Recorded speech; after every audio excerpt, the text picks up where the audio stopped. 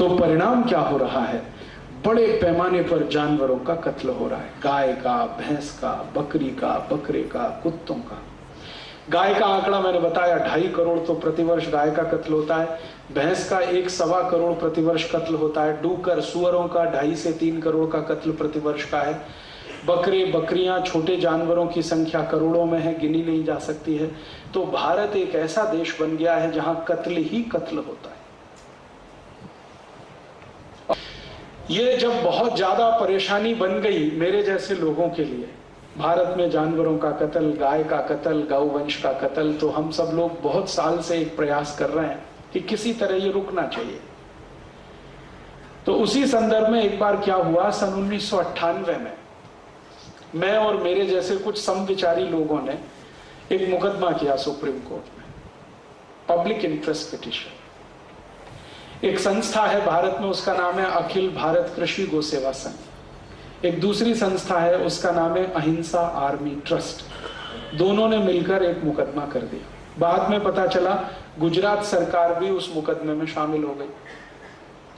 Supreme court में मुकदमा आया और हमारा मुकदमा यह था कि गाय और गोवंश की हत्या नहीं होनी चाहिए।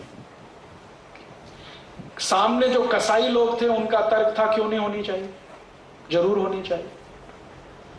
सुप्रीम कोर्ट में हमने अपील किया कि इसमें एक कोई बड़ी बेंच बनाई जाए। 1-2 जज का मामला नहीं है क्योंकि ये बहुत सीरियस है। 3-4 साल तो सुप्रीम कोर्ट ने स्वीकार नहीं किया, फिर अंत में जाके मान लिया कि अच्छा ठीक है, इसके लिए कॉन्स्टिट्यूशनल बेंच बनाई जाए। भारत देश के थोड़े दिन पहले तक चीफ जस्टिस रहे श्री RC लाहोटी ने अपनी अध्यक्षता में 7 जजों की एक कॉन्स्टिट्यूशनल बेंच बनाई और 2004 में मुकदमे की सुनवाई शुरू हुई, जो 2005 सितंबर में पूरी हो गई। सुनवाई के समय यही कुतर्क हमारे सामने आए, ठीक यही कुतर्क जो कभी शरद पवार के मुंह से मैंने सुने, जो कभी भारत के पढ़े लिखे लोगों के मुंह से मैंने सुने, और जो कभी भारत के भूतपूर्व प्रधानमंत्री नेहरू जी के द्वारा कहे गए। सारे के सारे कुतर्क एक ही जैसे वही कसाईयों के द्वारा सुप्रीम कोर्ट में कहा गया। सबसे पहला कुतर्क कि भारत की गाय को जब बूढ़ा हो जाता है, माने बूढ़ी हो जाती है, तो बचाने में कोई लाभ नहीं है, उसको कत्ल करके बेचना ही लाभकारी है और हम भारत की अर्थव्यवस्था को मजबूत बना रहे हैं क्योंकि गाय का मांस एक्सपोर्ट कर रहे हैं। दूसरा कुतर्क, गाय के चारे की बहुत कमी है पूरे भारत में, तो भूखी मरे उससे अच्छा यह है कि हम उसका कत्ल करें, तो कम से कम मांस तो बिके, भूखी मरे तो वो किसी काम की नहीं। तीसरा कुतर्क कि भारत में लोगों को रहने के लिए जमीन नहीं है, गाय को कहां रखे। चौथा कुतर्क, इससे विदेशी मुद्रा मिलती है। और सबसे खतरनाक कुतर्क कसाईयों की तरफ से जो दिया गया वो ये कि हमारे धर्म में लिखा हुआ है कि हम गाय की हत्या करें। This is our religious right. कसाई लोग कौन है आप जानते हैं कि कुरैशी समाज है इस देश में जो सबसे ज्यादा जानवरों का कत्ल करता है। उनकी तरफ से ये कुतर्क सुप्रीम कोर्ट में आए। हमने उनके एक एक कुतर्क का तर्कपूर्वक जवाब दिया, बिना गुस्सा हुए, बिना अपना पेशेंस खोए हुए। उनका पहला कुतर्क आया कि गाय का मांस बेचते हैं तो आमदनी होती है देश को। तो हमने सुप्रीम कोर्ट के सामने पूरे फैक्ट्स एंड फिगर रखे, वो ये कि एक गाय को जब काट देते हैं, कत्ल कर देते हैं, तो उसके शरीर से कितना मांस निकलता है, कितना खून निकलता है, कितनी हड्डियां निकलती हैं। एक गाय का साधारण जो वजन होता है वो 3 से 3.5 कुंटल होता है, स्वस्थ गाय का। इसको हम काटें तो उसके शरीर में से मात्र 70 किलो मांस निकलता है। 1 किलो गाय का मांस जो भारत से एक्सपोर्ट होता है उसकी कीमत है लगभग 50 रुपए। तो 70 किलो मांस निकला, 50 रुपए किलो से जोड़ो, 3500 रुपए का। खून जो निकलता है वो 25 लीटर होता है। खून के भाव से वो लगभग 1,500-2 हजार रुपए का। हड्डियां निकलती हैं वो भी 30-35 किलो। उनका हिसाब जोड़ा तो लगभग 1000-1200 रुपए का वो। तो कुल मिलाकर एक गाय को कत्ल करें और हम उसको एक्सपोर्ट कर दें पूरा का पूरा कत्ल करके, खून को भी, मांस को भी, हड्डियों को भी, तो सरकार को या कत्ल करके बेचने वाले को किसी भी स्थिति में 7,000 रुपए से ज्यादा नहीं मिलता। फिर हमने कोर्ट के सामने दूसरी बात कही कि यही गाय को अगर कत्ल नहीं किया जाए तो क्या मिलता है। हमने कत्ल किया तो 7,000 मिलेगा, और अगर हम कत्ल ना करें, इसको जिंदा रखें, तो कितना मिलेगा। तो उसका कैलकुलेशन है, एक गाय दिन में लगभग 10 किलो शेण देती है, गोबर, अगर स्वस्थ है तो, और एक गाय दिन में 2.5 से 3 लीटर मूत्र देती है, अगर स्वस्थ है तो। गाय के 1 किलो शेण से 33 किलो खाद बनती है, फर्टिलाइजर, जिसको ऑर्गेनिक फर्टिलाइजर कहते हैं। 33 किलो 1 किलो शेण से। न्यायाधीश ने पूछा, हाउ इज इट पॉसिबल। तो हमने कहा, आप हमको समय दीजिए और स्पेस दीजिए, हम आपको यहीं सिद्ध करके बताते हैं। उनका यस, ठीक है। तो हमने उनको पूरा करके दिखाया, और सिर्फ करके ही नहीं दिखाया, उनको हमने कहा कि अगर आपको परमिशन हो, प्रोटोकॉल के खिलाफ ये ना जाता हो, तो आप चलिए हमारे साथ, हम आपको दिखाते हैं कहां कहां किन किन खेतों में हम 1 किलो गाय के शेण से 33 किलो खत बना रहे हैं। मेरे अपने गांव में मैं बनाता हूं, मेरे आई बाबा दोनों शेतकरी हैं, खेती करते हैं। मेरे घर में 15 साल से गाय के शेण से ही खेती करता हूं। 1 किलो शेण है तो 33 किलो खत बनता है बड़े आराम से। और 1 किलो खत का अंतरराष्ट्रीय बाजार में जो भाव है वो 6 रुपए है। तो 33 किलो का लगभग 1800 रुपए। 1800 रुपए एक दिन में गाय के शेण से मिलता है, एक दिन में। और गाय का शेण में कोई संडे नहीं होता, वीकली ऑफ नहीं होता, हर दिन मिलता है। तो साल में कितना, 1800 में 365 का गुणा कर लो। ये तो हुआ शेण 1 साल का। और एक गाय की सामान्य उम्र 20 साल है, और वो जीवन के अंतिम दिन तक शेण देती है। तो 1800 गुणा 365 गुणा 20,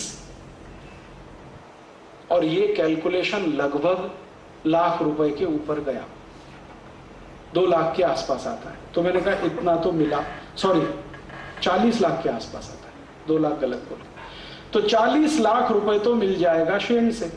अब आया मूत्र, रोज का 2-2.25 लीटर, और उस मूत्र से 48 औषधियां बनती है। डायबिटीज की औषधि बनती है, arthritis, bronchitis, bronchial pneumonia, tuberculosis, osteomyelitis, osteoporosis, ऐसे 48 रोगों की औषधियां गाय मूत्र से बनती हैं। और गाय के 1 लीटर मूत्र का बाजार में दवा के रूप में कीमत लगभग 500 रुपए इस समय, भारत के बाजार। अंतर्राष्ट्रीय बाजार में तो उससे भी ज्यादा। आपको मालूम है अमेरिका में गोमूत्र पेटेंट है, और अमेरिकन गवर्नमेंट भारत की गाय का मूत्र इंपोर्ट करती है हर साल। कैंसर की मेडिसिन बनाते हैं उससे, डायबिटीज की मेडिसिन बनाते हैं। और अमेरिका में गोमूत्र पर 1-2 नहीं 3 पेटेंट है। तो अगर अमेरिकन मार्केट का अगर कैलकुलेशन करें तो 1 लीटर गाय का मूत्र 1200-1300 रुपए के आसपास बैठता है। तो रोज का 3000 रुपए का मूत्र, और 1 साल का 3000 गुणा 365, और 20 साल का 3365 गुणा 20, इतना तो गाय का मूत्र और गोबर हो गया। फिर इसी गाय के शेण से, गोबर में से एक गैस निकलती है जिसको मीथेन कहते हैं। और मीथेन वही गैस है जिससे आप अपने रसोई घर का भोजन बना सकते हैं, और जरूरत पड़े तो अपनी गाड़ी चला सकते हैं, 4 पहिए की। जैसे एलपीजी गैस से गाड़ी चलती है ना, वैसे मीथेन गैस से भी गाड़ी चलती है। तो न्यायाधीश को विश्वास नहीं हुआ। तो हमने कहा आप अगर परमिशन दो तो आपकी कार में हम मीथेन गैस का सिलेंडर लगवा देते, आप चला के देखो। उन्होंने कहा यस, हमने लगवाया। उनकी कार में मीथेन गैस का सिलेंडर लगवाया, और जज साहब ने 3 महीने वो गाड़ी चलाई, और वो कहते हैं कि इट इज मार्वलस, क्योंकि खर्चा आता है मात्र 50 से 60 पैसे किलोमीटर, और डीजल से चलाओ तो आता है 4 रुपए किलोमीटर। और मीथेन गैस से गाड़ी चले तो उसमें से धुआं बिल्कुल नहीं निकलता,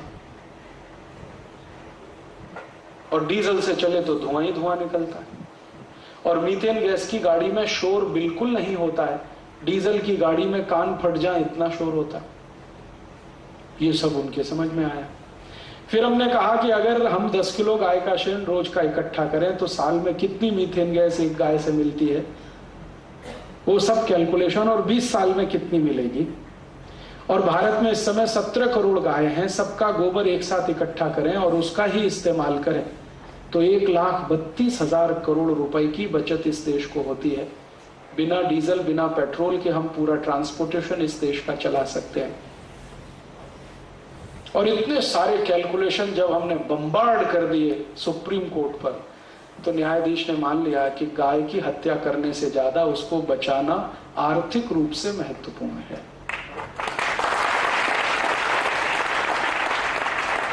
जब कोर्ट की ओपिनियन आई तो ये कसाई लोग भड़क गए, उनको लगा कि अब केस उनके हाथ से गया, क्योंकि उन्होंने हिसाब जोड़ के दिया था कि हम कत्ल करते हैं तो एक गाय से 7,000 की इनकम, यहां हमने सिद्ध कर दिया कि उसको जिंदा रख लो तो लाखों रुपए की इनकम। फिर उन्होंने एक ट्रम्प कार्ड चला कसाईयों में, उन्होंने कहा कि ये हमारा धार्मिक अधिकार है कि हम गाय का कत्ल करें, this is our religious right. हमने कोर्ट को कहा कि अगर इनका ये धार्मिक अधिकार है तो जरा इतिहास में पता करो कि जितने भी मुस्लिम राजा हुए किस किसने अपने इस धार्मिक अधिकार का उपयोग किया। तो कोर्ट ने कहा ठीक है, एक कमीशन बनाओ, हिस्टोरियंस को बुलाओ और जितने मुस्लिम राजा भारत में हुए सबकी हिस्ट्री निकालो, डॉक्यूमेंट्स निकालो और किस किस मुस्लिम राजा ने धार्मिक अधिकार का उपयोग किया गाय के कत्ल के रूप में। पुराने डॉक्यूमेंट्स जब निकाले गए तो पता चला कि भारत में जितने भी मुस्लिम राजा हुए उनमें से एक ने भी गाय का कत्ल किया नहीं। उल्टे कई मुस्लिम राजाओं ने गाय का कत्ल रोकने के लिए कानून बनाए। उनमें से एक नाम बता देता हूं, बाबर। बाबर ने अपनी पुस्तक जिसका नाम है बाबरनामा, उसमें लिखवाया है कि मेरे मरने के बाद भी गाय का कत्ल का कानून जारी रहना चाहिए, माने गाय का कत्ल नहीं होना चाहिए।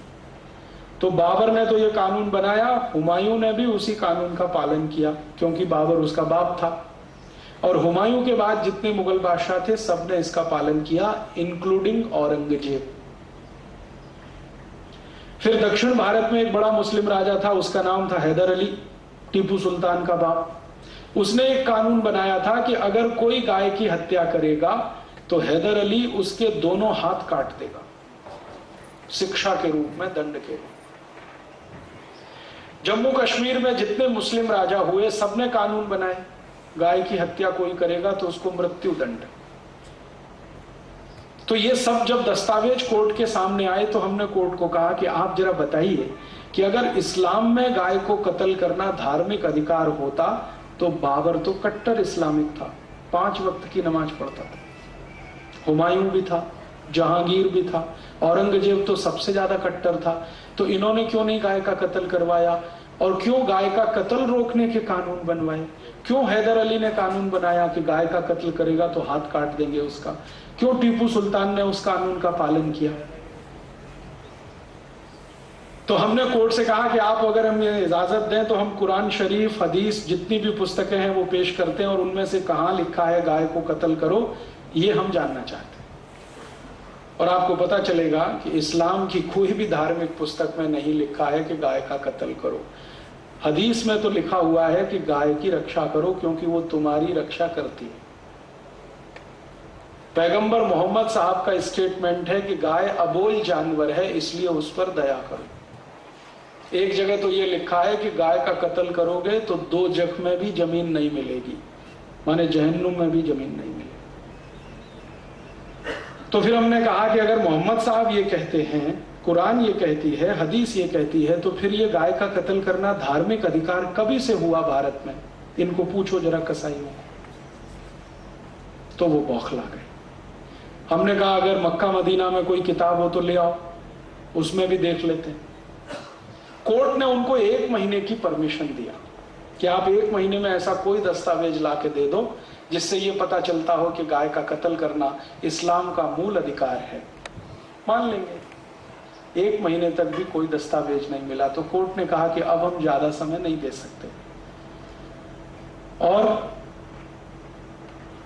पिछले साल 26 सितंबर सन 2005 को सुप्रीम कोर्ट ने जजमेंट सुना दिया। वो जजमेंट की कॉपी मेरे पास है, अगर आप में से किसी को इंटरेस्ट हो तो इसकी फोटोकॉपी ले सकते हैं।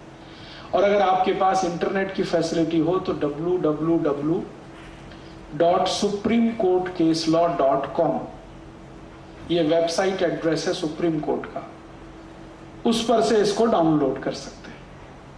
ये 66 पन्ने का जजमेंट है और भारत के सुप्रीम कोर्ट के इतिहास का सबसे ऐतिहासिक जजमेंट है। जजमेंट ये है कि गाय का कत्ल नहीं होना चाहिए। और दूसरा जजमेंट का पार्ट है कि भारत की सभी राज्यों की सरकार को इसकी जिम्मेदारी लेनी है कि उनके राज्य में गाय का कत्ल नहीं हो।